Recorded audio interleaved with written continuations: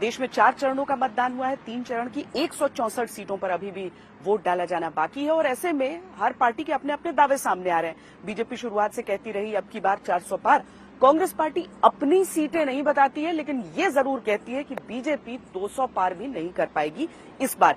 यानी कि अपने अपने नंबर गेम के साथ सारी पार्टियां जो हैं वो माइंड गेम खेलने में जुटी हुई है। ऐसे में प्रधानमंत्री नरेंद्र मोदी विपक्षी दलों के हार का दावा करते हुए अपनी जीत के कारणों का ब्लूप्रिंट सामने रखते हैं।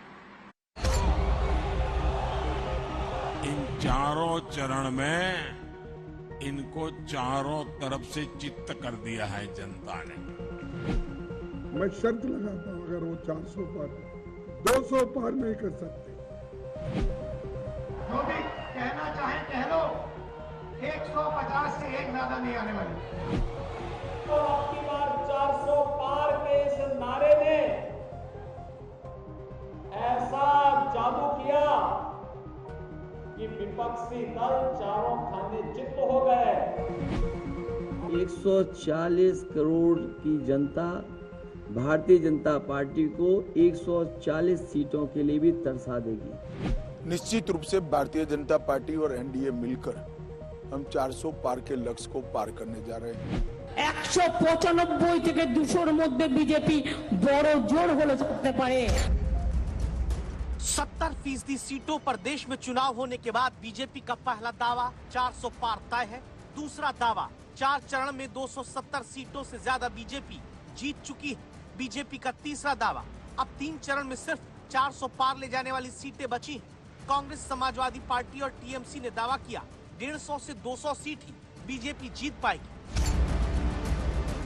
4 चरण के बाद देश में हर दल नंबर गेम के साथ माइंड गेम खेलने लगा है। माइंड गेम खुद को आगे और दूसरे को पीछे दिखाने का।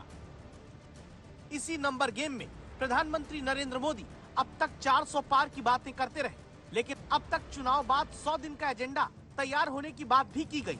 लेकिन अब 2 और तरीकों से बीजेपी की 400 पार वाली जीत का दावा पीएम मोदी कर रहे हैं। पहला तरीका 100 दिन नहीं बल्कि 125 दिन का एजेंडा तैयार कर रहा हूं।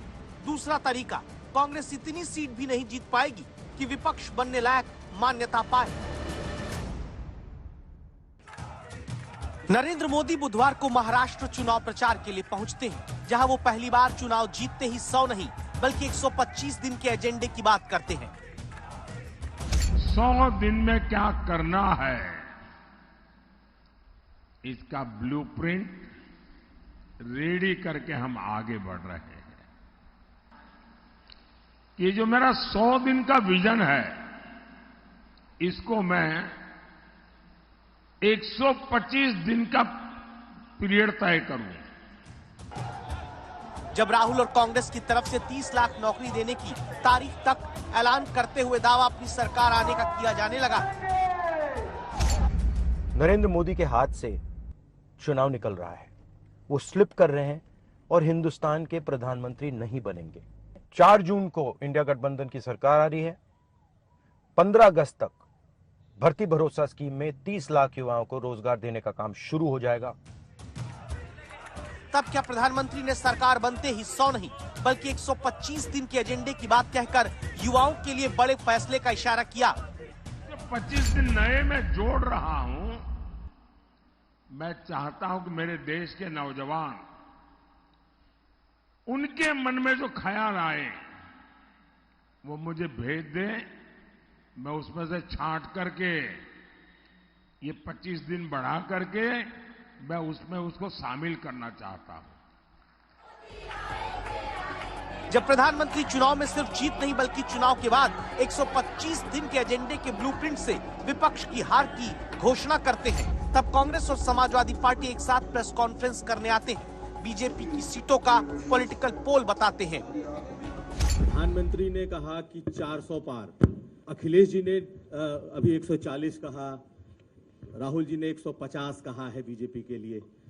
आप बीजेपी को कहां तक देख रहे हैं और कांग्रेस पार्टी को आप कहां तक देख रहे हैं? गनीमत है, हम खुशकिस्मत है, वो 600 पार बोले नहीं। और दूसरी चीज, मैं शर्त लगाता हूं, अगर वो 400 पार 200 पार नहीं कर सकते, 200 पार नहीं कर सकते, आने वाले समय में 140 करोड़ की जनता भारतीय जनता पार्टी को 140 सीटों के लिए भी तरसा देगी। भारतीय जनता पार्टी का रथ फंस नहीं गया है। आखिर क्यों 4 चरण बाद हर कोई अपने अपने दावे कर रहा है? इसकी पहली वजह है 10% तक की ताकत वाला वो वोटर जो चुनाव में आखिर तक किसे वोट करना है इसका निर्णय करके नहीं रखता। उसी पर हर दल निशाना साध रहा है।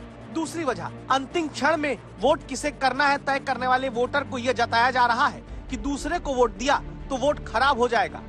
तीसरी वजह, 4 चरण के मतदान में पिछली बार की तुलना में कम मतदान हुआ है। जनता के मन में कई तरह के कयास हैं। ऐसे में मतदाता को अपने साथ दिखाने की कोशिश हो रही है। और चौथी वजह, बाजार में होती हलचल को देखकर वोटर को अपने पाले में लाने वाला नंबर गेम बताया जा रहा है।